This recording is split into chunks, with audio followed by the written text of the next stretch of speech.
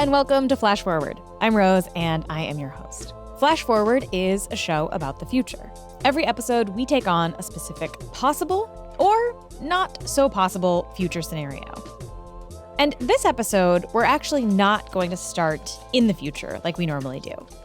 Instead, we're going to start in April of 2005. One of the challenges for me whenever I'm explaining what perplexity is, or what was it, how did it work, what did it do, is just trying to figure out where do I even begin talking about it, because it had so many weird angles. This is Scott Myers. He's a software developer. And in April of 2005, a new game that he had been waiting for was released. It was called Perplex City, or as he says it, Perplexity. I didn't think about that, actually. Yeah, I guess I pronounce it just Perplexity, but it's true. I mean it is Perplex City. It's this city of, perplexing stuff. Perplex City was a long-term alternate reality game. We take the idea that the world is your playground and we can do anything in it. And maybe instead of having our normal humdrum daily jobs where we go about doing boring things like boring people, we kind of get to be these secret agents, or we get to be covert operatives, or we get to be people who are just communicating with people in a different place who know secret codes, and we might be tapped for special operations at any moment. Alternate reality games, or ARGs, have been around for a while. The earliest versions existed before the internet and relied on communication through letters, payphones, and newspaper classifieds. In 2001, one of the first online ARGs, called The Beast, coined the phrase, "This is not a game," an idea that is usually central to these experiences. Like many ARGs, Perplex City was big and complicated. It had all kinds of layers and ways to play, but the basic storyline was a mystery that players had to solve. The hook to Perplexity is that there's this cube, and it was a really long time before we knew what kind of cube, but it's a cube, and it turned out it's a physical cube that was stolen. It was stolen from the Academy, and no one knew what the Academy was, and how was it stolen? What's this cube, and what is it? Where is it? But where is it? That's the question. And whoever found the cube didn't just get the satisfaction of winning the game. They would also win £100,000, which at the time was close to $200,000. Oh, by the way, there's money, the actual money on the line. So that was exciting. That was a big draw. There were a bunch of different ways you could play Perplex City. Sometimes there were live events put on by the game makers, where we all get together and we just have some drinks and have a good time, and then someone drops a secret note that has a secret message that has an encrypted thing, and suddenly the room goes crazy with like, oh my god, what does this mean? Oh my heavens. The game also posted regular updates online and sent out clues by email. So for me to play, what I would do is I would then, go about just trying to digest it all and make sense of it and put it into this wiki to make sense of it. Kind of like very similar to Wikipedia, right? I was just chronicling the world, just what was going on in this place. Scott wound up becoming the editor of the Perplex City wiki, chronicling everything he could find about the game. And pretty quickly, players from all over the world started joining. At the time, I didn't really think of myself as being a puzzle person. When you're with an ARG community, it's people from tons of different and fascinating backgrounds and disciplines. And that was the part that was really intriguing to me, right? It's the idea of all of these people coming together for the limited amount of time that the game is running to work toward a common goal. This is Laura E. Hall, a game designer and the author of a recent book about escape rooms called Planning Your Escape. Eventually, Perplex City got so big that it spawned its own separate message board forum, the Perplexorum. So every time there was a scrap of new intel, Scott would diligently update the wiki, and players would gather on the forum and discuss this latest clue. And along with the various events and updates online, there was another piece of the game. Perplex City released puzzle cards in foil packs, so you could go to a real-life store and buy them. These cards also did contain clues that might help you find the cube. There was ultraviolet ink on a couple of cards that only if you have Only if you have a black light, you can find the hidden message, that kind of thing. There were 256 cards in total, and they ranged in difficulty from red, easiest, all the way up to silver, which are the sort of nearly impossible ones. And when Laura says impossible, in some cases she really means impossible. One of them is to solve the Riemann hypothesis, which is like an impossible math problem, right? They're numbered from one. Is a very simple red card would be number one, all the way up to number 256. Satoshi, by the way, is number 256. So we expect it to be a very hard puzzle. We expect it to be a very challenging thing that people are going to take years to solve. And that Satoshi card that Scott is talking about, that's the card that got me interested in Perplexity. The card is actually called Billion to One. On it, there's a selfie of a man taken with a very distinctive European background. Down the side, in Japanese writing, it says, "Find me." And then at the time, there was a hint line that was running for the game, and the hint for this card was, "My name is Satoshi." So all you have is this man's face, the location that he was in, and the name. Now, Laura wasn't initially super drawn to this particular card. There was a whole other game to play, a cube to find, and a reward to be won. I mean, it was always an interesting challenge. I always thought it was cool. But for a while, we were, as a community, just sort of looking at what was left to do, right? There's the ongoing game, the interactions with the characters, the sort of story of their lives playing out. And then on the side is these puzzle cards, right?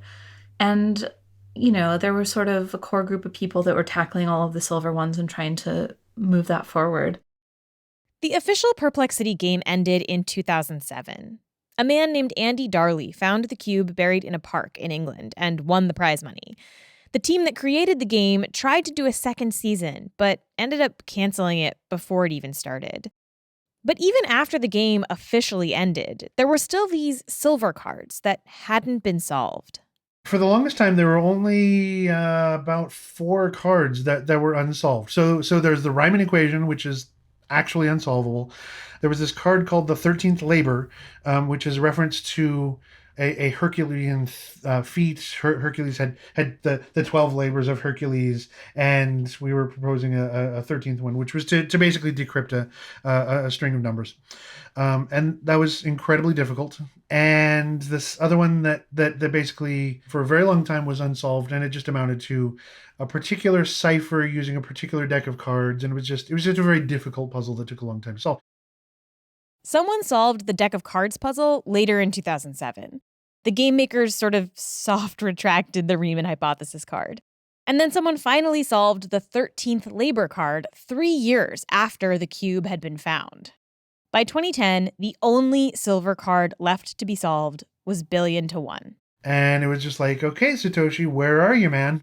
Somebody had started a website that had a premise of there's reward money, and then everybody in the chain who helps actually locate this person will split that reward. Now, Laura had some questions about this card. Did this guy consent to this? Did he know all of these people were looking for him? She didn't want to work on something that was invading someone's privacy.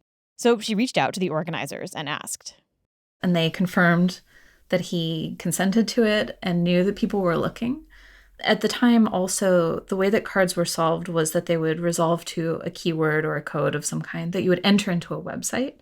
And so the idea for that card was that he knew the answer to a question that you had to ask him in person. So he carried that password with him the whole time. And so Laura got involved and started coordinating the search, updating a website called findSatoshi.com. That was in 2006. I didn't doubt that it was possible. I knew it would be a challenge. I did not think it would be a 14-year-long challenge. That's right. It took 14 years to find this man. And the entire time, Laura never gave up. And the way they found him is fascinating and a little bit terrifying. So here's what happened. The spirit of the card was the concept of 6 degrees of separation, this idea that all people are, on average, 6 or fewer social connections away from one another. And it was in some ways a test of early social networks. Could enough people share this image that someone who knew this person would be like, oh, hey, I know that guy. And then they could contact him that way. So in the early days, really the strategy was just get it in front of as many eyes as possible, right? So that meant putting all of the info on the website, trying to translate that into different languages. I was on the news randomly talking about it. And yeah, we sent out press releases, really. It was a sort of traditional campaign to get the word out about something. Laura did radio interviews and YouTube interviews and posted all over the place. She even visited the place in the background of the image on the card.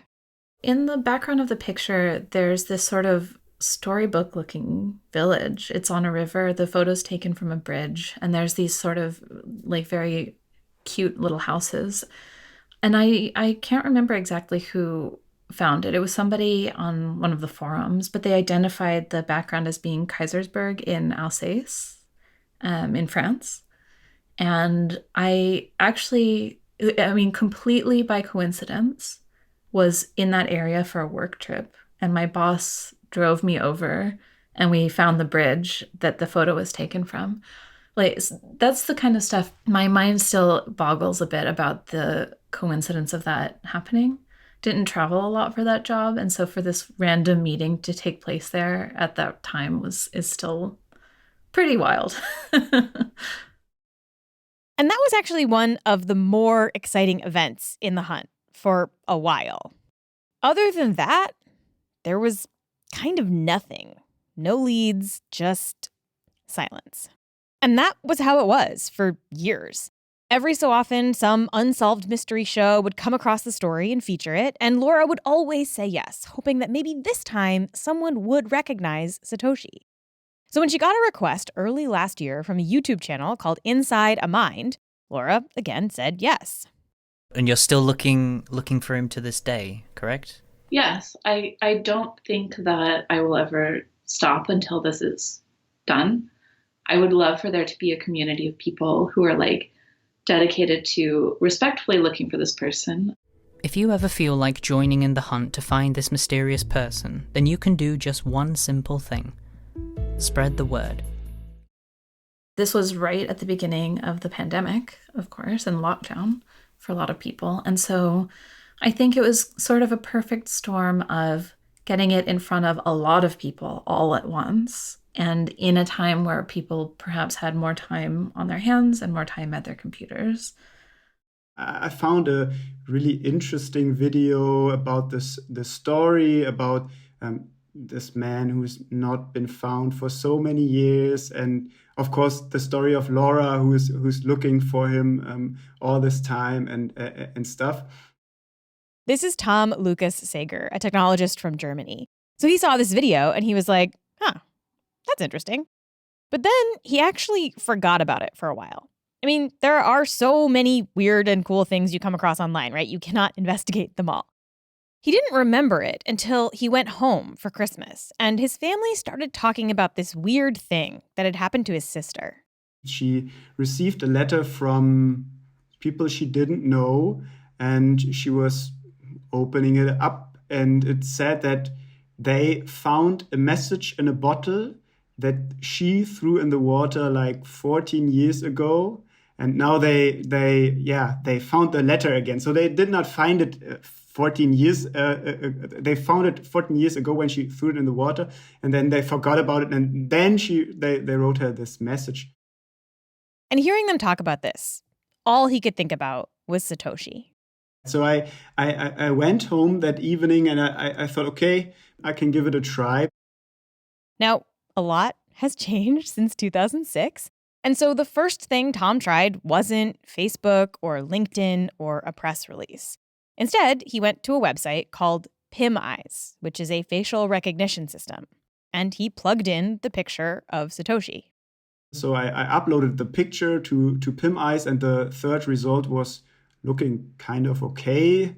So I uploaded this to Reddit and said that I tried this, if anyone else tried it. I just wanted to start a conversation. I just wanted to get involved into this thing. And I was not really sure that it was him. It was just, okay, the AI says it could be him. So yeah, okay. In this picture, there is a group of people, and on the end is a guy that does look a lot like Satoshi holding a beer. And then I later found out that someone in the company was called Satoshi. But Tom actually didn't think it was him. Yeah, okay, there's someone called Satoshi, but it could not be him because he's the executive of such a big corporation. And he's standing there, I think, I don't know, as sweatpants. He was wearing some kind of sweatpants or so with a beer. So the next question was this man, this particular Satoshi, ever in the place in the picture on the card? What would bring this Japanese executive to Kaisersberg, France? The answer wound up being a half marathon. And we could take the starting number that was clearly visible and put it in. And the name of the person was Satoshi. At this point, Tom was very confident that he had the right guy. So he emailed Satoshi's company, and he also contacted Laura. Of course, Laura had already watched this whole thing go down on Reddit.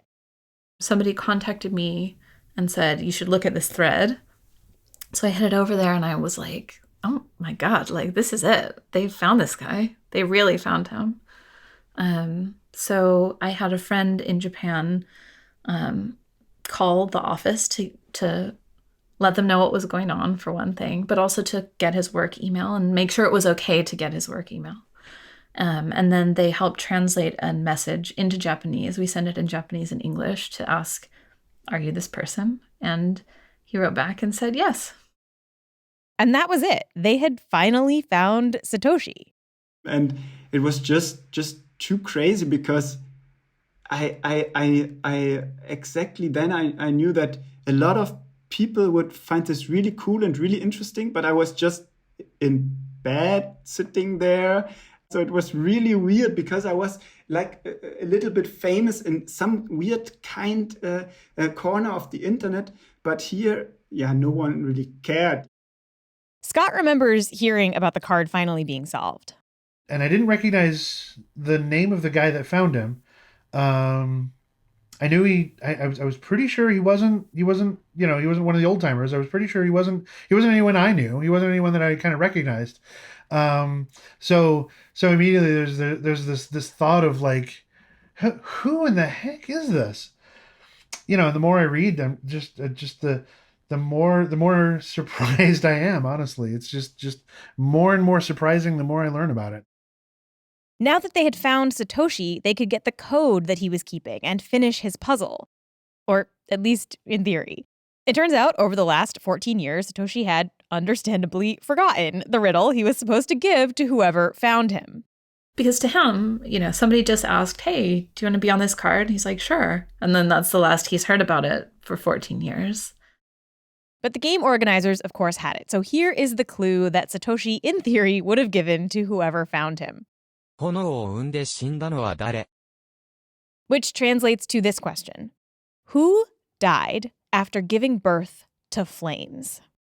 In case you love riddles and you want to try and figure this out, I won't give the answer just yet. So listen to the very end of the episode if you want to hear the solution to Satoshi's riddle.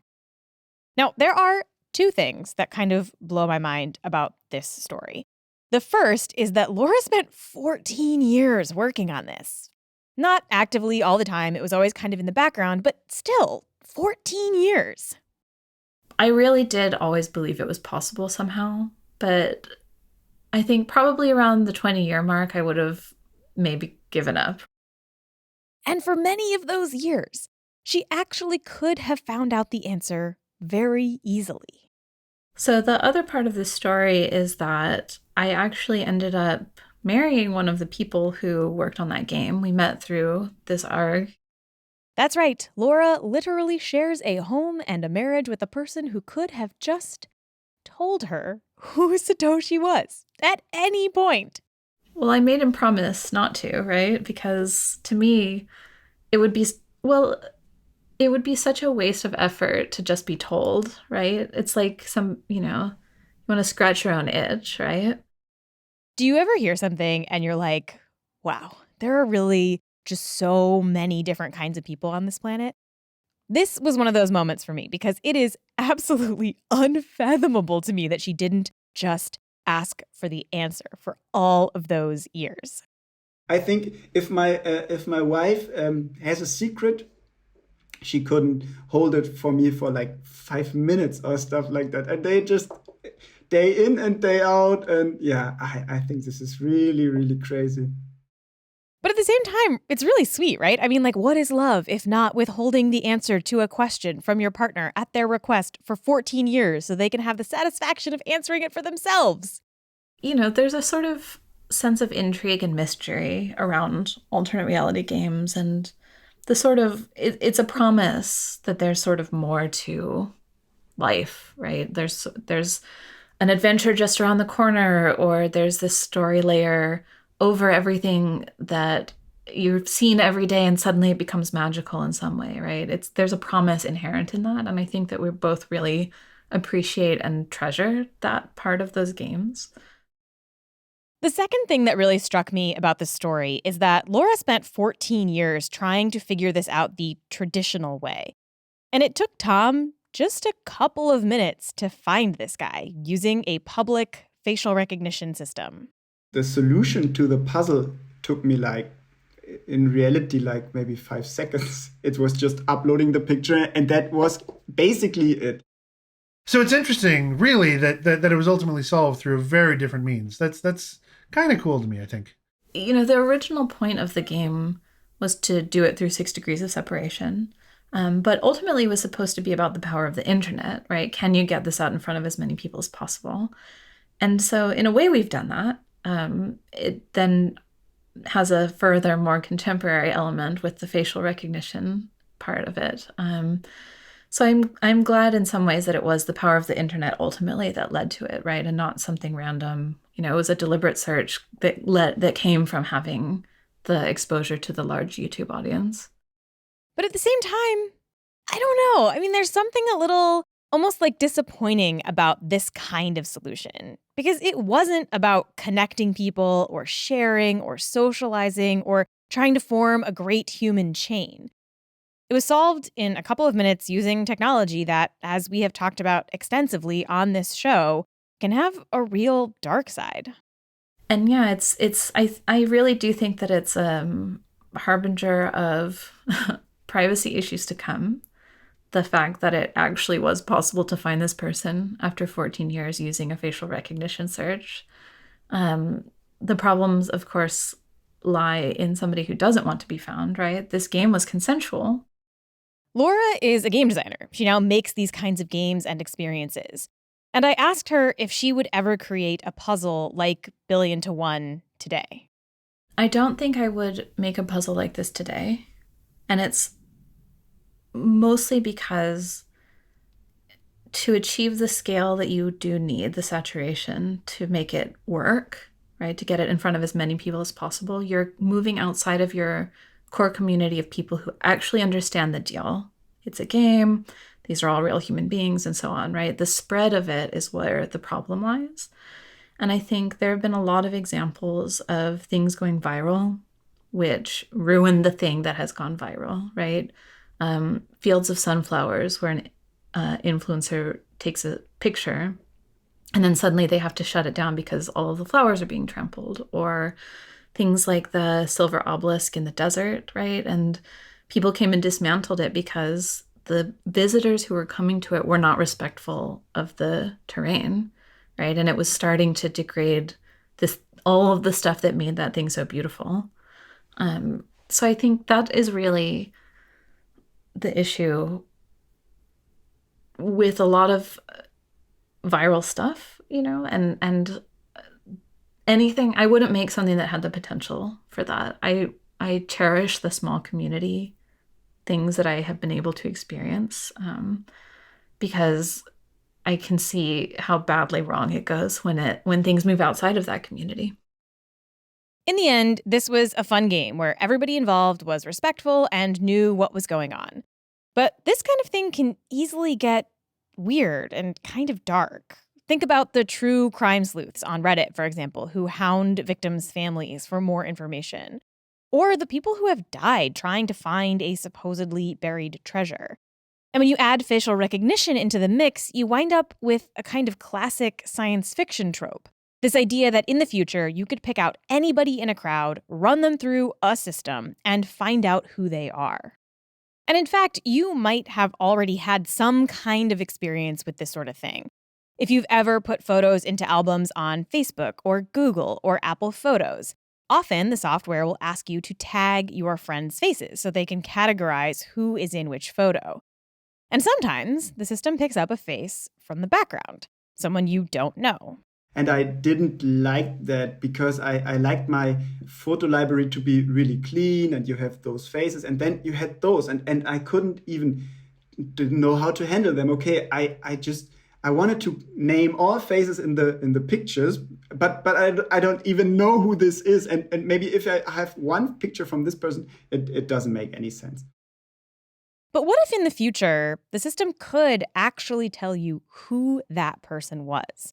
What if you could find out just how many photos you're in the background of, staring at a castle or on the beach or at Disneyland? This is a question I've actually kind of been obsessed with for a long time. It's a puzzle I sometimes try and think about and guesstimate. How many photos am I in the background of unknowingly? I used to try and guess this by thinking about how many tourist destinations that I had been to and try and guess how many pictures I took, how many people were in the background of my photos, so they probably took about the same number of photos as me. But now that method doesn't really work because people take photos everywhere. On the street, at restaurants, in coffee shops, in bars. That's not a bad thing, it's just reality. Which means that you are probably in a lot of photos. We all are. But can we be found in those photos? This is what Julia and I wanted to find out because it is possible that Tom just got really, really lucky in finding Satoshi. So when we come back, we are going to try and find some people in the background of our own photos. How do I explain this? How do I explain that I found you via facial recognition without making her run away screaming? More on that when we return. Okay, so how well does this stuff really work? To test out this facial recognition system, PimEyes, Julia and I both started with photos of ourselves. I accept the terms of service. Oh boy, okay. I'm not going to read the privacy policy at this moment, but I am going to open that in a new window because I feel like we might want to look at that later. Okay, yeah, it found me in a bunch of places. It found my headshot. Actually, that's funny. It did find my headshot on a lot of sites because that's the one I use for professional purposes, which maybe I should have thought of before I used it as this one. Okay, so the photo that I uploaded is one that I use for bio photos a lot. So that came up on the NPR website. It also found me at a couple of conferences, at On Air Fest. It did find a bunch of pictures of memes that were made of my face when the Gamergate stuff was happening. The most disturbing one is there's this photo of me at a protest that I honestly didn't know that this photo of me existed. I've never seen this photo of me before. So the system found our faces and found our faces in some places that we didn't even realize that it would. This is one reason why often people who organize protests suggest for participants to not take identifying photos of other people's faces. And in fact, this is a question that photojournalists are grappling with as well. How do you document a protest without potentially putting an attendee at risk of being identified and harassed? Facial recognition has also been used to find and out white supremacists who attend racist events. But Julia and I wanted to do more than just find ourselves. The real goal here was to try and find people we didn't know. So we decided to challenge each other with some pictures. We both uploaded some photos of us in various tourist destinations like the Liberty Bell, Disneyland, Canyonlands National Park. We also both uploaded a few photos of people who we've lost touch with. Julia went on a cruise with their family about 10 years ago and met some friends who they have photos of but haven't been in touch with. I uploaded some pictures of people I met in college or on a trip to Tokyo, or a picture of my ex-boyfriend hanging out with one of his friends that I actually really liked but lost touch with. And then we both set off to see if we could find the other person's faces. I'm going to try looking for a couple of the ones from Disneyland to see if any of the people in these photos come up. It does recognize them as faces. They're not super clear photos. Let's see what we find here. Yeah, okay. There are only low score results. That's not promising. So it doesn't give us any faces from the background for that one. Oh, okay. So it looks like it only recognizes the faces of the people you were there with. Robert definitely comes up. I'm now doing a photo from, it looks like a national park in the Southwest. It did not see any faces in that photo. Okay. But I wonder if I just try, like, cropping it so that you can only see the other faces. Maybe that would be better. So it doesn't like that. It doesn't like that. Okay, let's see. Those are children. I don't know if I want to do it on kids. None of these people are looking at the camera. So maybe the good news is that we did not manage to locate or identify anybody in the background of our photos. I was kind of surprised by, like, how bad it was at finding certain people also. Like, you know, it makes sense that for us, because, like, we both have, like, author photos on websites and, like, for me, that's basically all that came up. Like, I was actually surprised by how few photos came up of me, other than those two weird ones that I had never seen before. But, like, for some people, and I mean, I think partly it could be because, like, the photo was not as good or it was someone in the background. But we did actually find other surprising and somewhat nerve-wracking things. Okay, let's try this photo. Okay, this does look reasonably correct. Oh. This is an adult cam.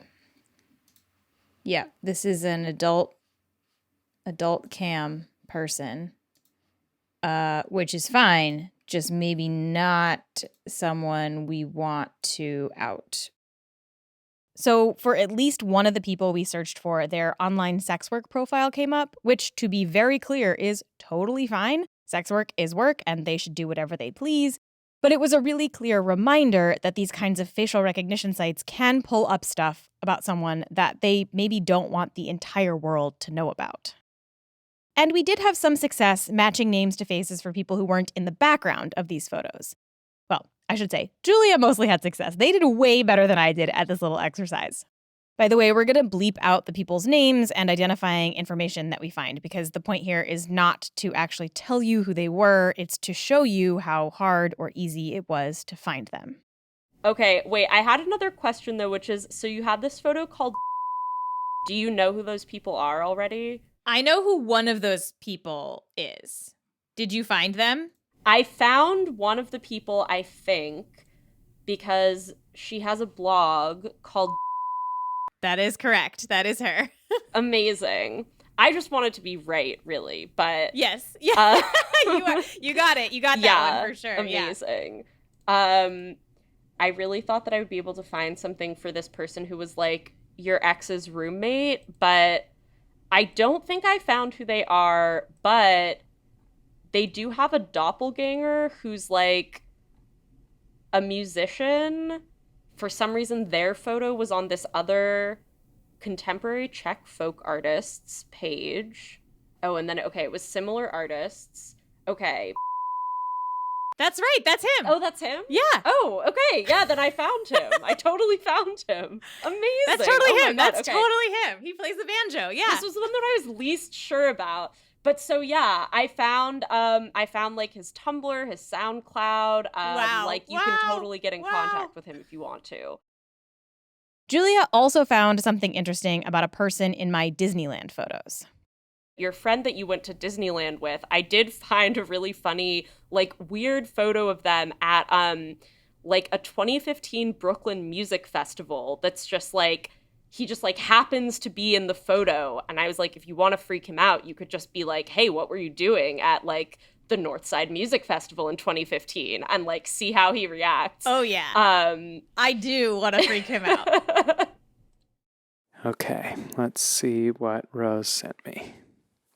Have you ever seen this photograph of yourself?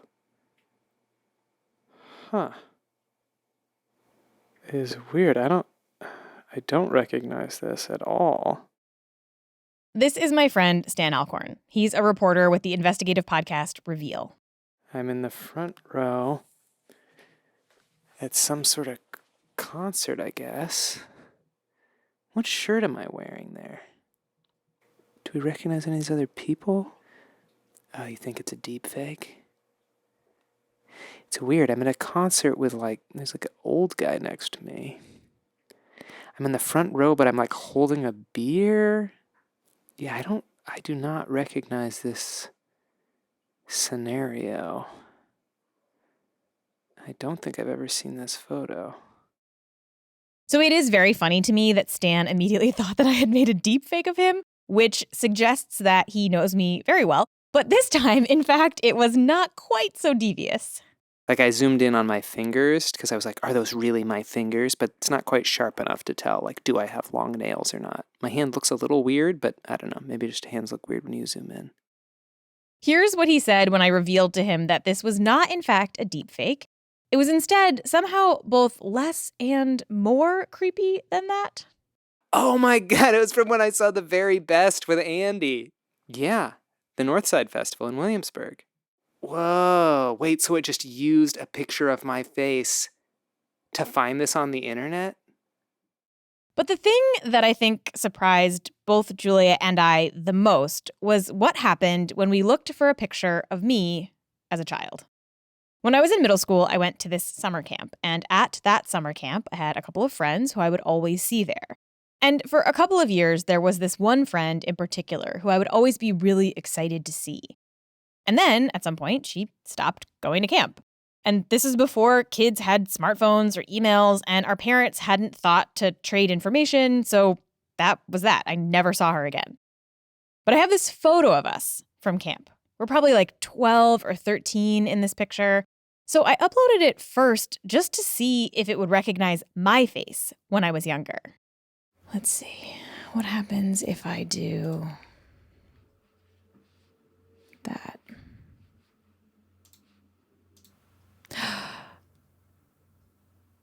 It 100% found me. That's actually really terrifying. Okay, yep, that's me. That's me. That's what I look like. It definitely found me. So that's cool. And then I looked for the other face in the picture. PPC? What is PPC? What is a PPC expert? Has specialized in paid search for 5+ years. She was voted number 4 most influential PPC experts of 2016. I don't even know what PPC is. I think this is this person. There she is on Facebook. This is definitely her. Okay, this is sort of stressful because now I'm do I want to reach out to her or is she going to think this is fucking creepy? She works at though. Maybe she won't think it's creepy. She has a Twitter. She tweets. She tweets. She tweets. Oh no. After going back and forth with myself for a while, I decided to send her a message on LinkedIn. Hi. This is sort of weird, but did you go to summer camp as a kid? I think maybe we were friends at camp. I am. How do I explain this?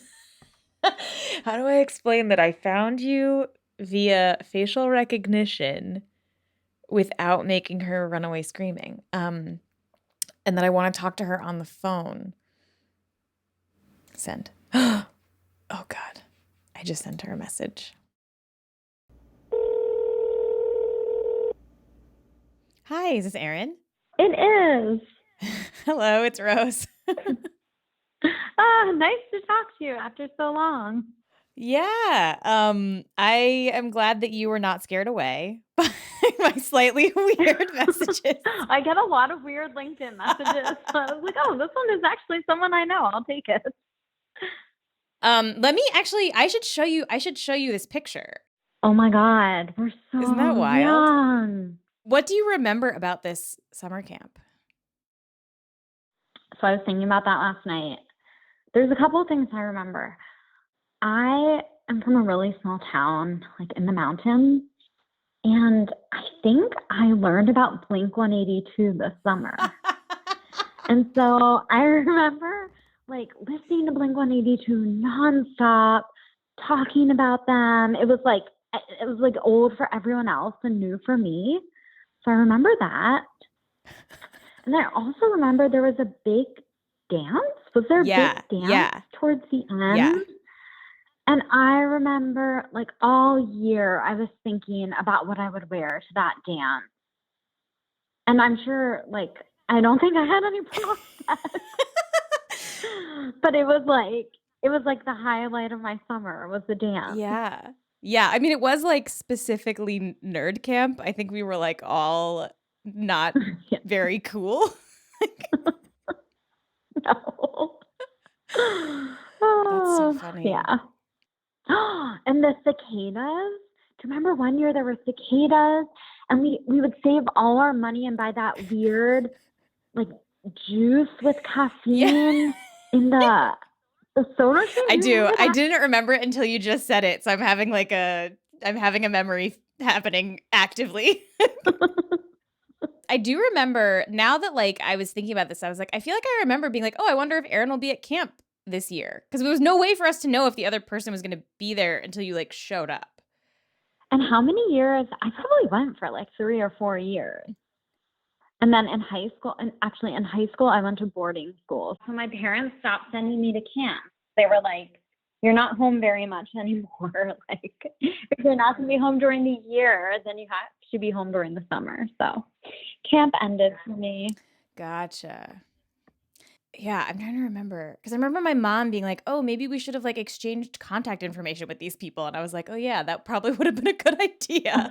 We like didn't do that. And so it was like, well, now who knew that like, 13 years later or however many years later, I would find you via facial recognition.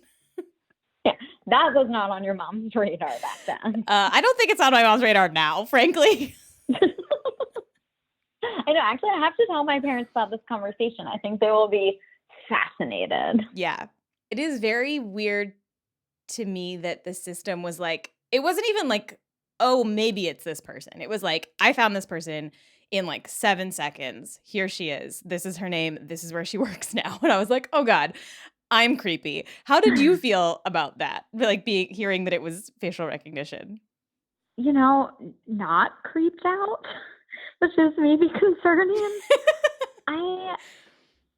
Like when you said it, I was like, oh, this is logical. Like my phone looks at my face every day, no matter what expression I'm making, and recognizes me. I use like face search in Google Photos all the time, and it finds me. So it just felt like logical. Like, oh, okay.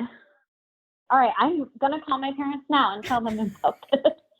Amazing. All right. Well, thank you so much. I'm excited we got to talk and that you weren't just like a delete message from crazy lady. No, it was such a pleasure. I hope we hang out soon. And yeah, thanks for reaching out to me. Sweet. Thank you. Have a good rest of your day. So Erin and I did exchange phone numbers and we are going to try and meet up in person sometime. I will post the photo that I used to find her on the Flash Forward page and social media as well, so you can all see it. Do you feel like this made you feel more or less nervous about some of this technology?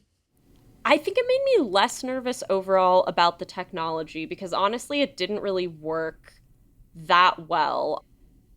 It was like the weirdest thing was seeing photos of myself that I didn't know existed, which is really like an older problem than the search engine existing. It's just kind of like being in public.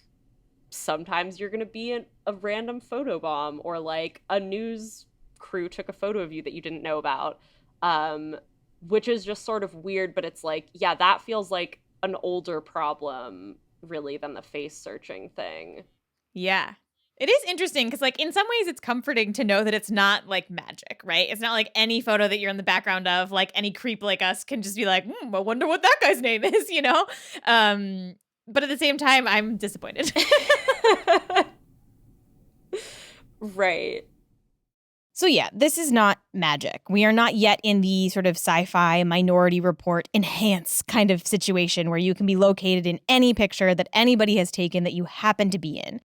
And I don't want to overstate how good this technology is right now. There is a tendency, and I think I do it on this show too sometimes, to give a little too much credit to the power of technology in the service of trying to scare people into caring about privacy.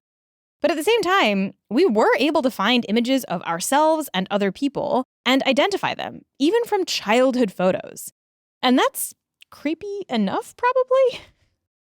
So where does that leave us? And what does this mean for the future? Should we ban this technology? How do you regulate something like this? And what does the future of privacy look like? More on that when we come back. So what does this all mean for the future of privacy? Is there any hope for us if some random person like me can go and find images of anybody anywhere and see what weddings they've been to, concerts they've attended, protests they've been at? And again, this is not proprietary software. This is just a website that you can go to. At this point, what even is privacy anyway? Neil Richards has a great example that he uses where he says that like the most private thing is like a dream that you have at night and you wake up and you haven't yet told anyone about it. That is like the most private. And then, everything like from that into being in a movie or being broadcast around the world or something like that. This is Dr. Kate Klonick, an assistant professor of law at St. John's University School of Law. And when I started thinking about this episode and the future of privacy, I thought of her, not because of facial recognition, but because she did this experiment with her law students a couple of years ago. So what I asked them to do, it was voluntary, it was ungraded. I asked them to basically, when they left for spring break, I said, using only your phone and Google, listen whenever you are in public and see if you can de-anonymize anyone that is near you or around you based on things. Do not eavesdrop. Like they were not allowed to eavesdrop. If someone was purposefully, obviously trying to be like, but if you're talking loudly on your cell phone in the midst of like a bank of seats in an airplane, like an airport lounge, like that was fair game, right? Or a Starbucks. Other things that were fair game here were things like monograms on someone's luggage or the stop they got off at on a train. Stuff that anybody could see and notice without crossing some invisible line into snooping. And they kind of came back from this experiment and break. And first of all, they started writing me in the middle of break and were like, this has been horrifying. I am horrified. A number of people in my class observed people listing credit card numbers, social security numbers in public, giving their date of birth over the phone, their kids' dates of birth, like their home address. And so all of those things, those were easy cases. Kate got some pushback for this assignment when she wrote about it in the New York Times, mostly because people thought it was creepy. And they're not wrong. But the whole point was that it was creepy. It was not unlike exactly what you're doing now. And the entire idea was that this is possible. And don't you think that you want to know that this is possible? The point here wasn't to actually shame anybody for their public privacy settings. It was just an exercise to try to get them to understand how thin the valences of privacy are and that they're all based on basically societal norms. Like a collective understanding that it would be creepy to do that, and so don't do it. But that is so thin. That is so thin. And if you have a $200,000 GameCube that you're going to win, you're certainly not going to respect that. And this goes not just for conversations in Starbucks, but also, say, photos you might be in the background of at Disneyland. I think that people, again, think that those people in the backgrounds of photos are obscure. They are people that until there is a reason to identify them, if there's a reason to identify them, it doesn't matter that they are in the back. They are not the point, right? They are that. They are the obscurity. They are just the background, literally. And that is a reasonable thing to expect. It is reasonable to expect that someone who happens to be near you at Disneyland is not going to go home and try and figure out the identities of the people who happen to be in the background of their photos. But increasingly, it's possible. And there are a few situations in which that possibility is really scary. Domestic violence, stalking, abusive people of all kinds, having access to this is pretty terrifying. And then there are the automated systems working in the background who aren't exactly answerable to anybody who might be gathering up this information. And I think that there are ways now that this in the hands of government, in particular authoritarian governments, is absolutely petrifying. And we're not going to be able to like outrun the technology. The technology is going to happen, but we can like actually just make like rules about how the police use it and about like basically how it's marketed to consumers. Do you think that like a random civilian, such as myself, should be able to just go into a website and put a picture in and find this stuff? No, I don't. Mostly I'm saying that because I just generally do not see the power or the good that comes out of individuals being able to do that. That said, nor do I especially don't think the police should be able to do that. And so like, I think that like the more power you have in a society, the more restricted such technology should be. But Kate did have an idea for this that I really loved. Let's like imagine like a facial recognition librarian. Okay. And you like had like a facial recognition librarian and like she ran the AI, she fielded requests and she would like look at you and see your thing and you'd have to state why you wanted the facial recognition and like see, like there would be some type of background check and then you could get it. Maybe you had a good reason. You wanted to find this person. You wanted to reconnect with them, right? And the person would be notified in some way that you had made this request of them. Like that seems to me to be building in the frictions that we would want to see in this. Do I think that you should be able to do that while you're sitting in your computer on like a Sunday afternoon and decide to go down some weird rabbit hole scanning on all of your like elementary school class photos? Like probably not. Anytime someone pitches me more librarians, I am all for it, honestly.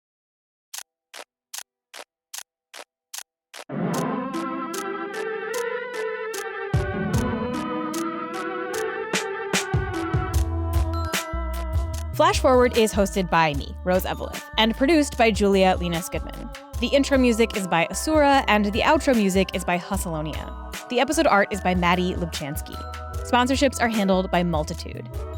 If you want to discuss this episode or some other episode or just, the future in general, you can join the Facebook group. Just search Flash Forward Podcast and ask to join. There is one question to make sure you're in the right place because sometimes people think it is a Facebook group for the sci-fi television show Flash Forward, and I hate to disappoint them.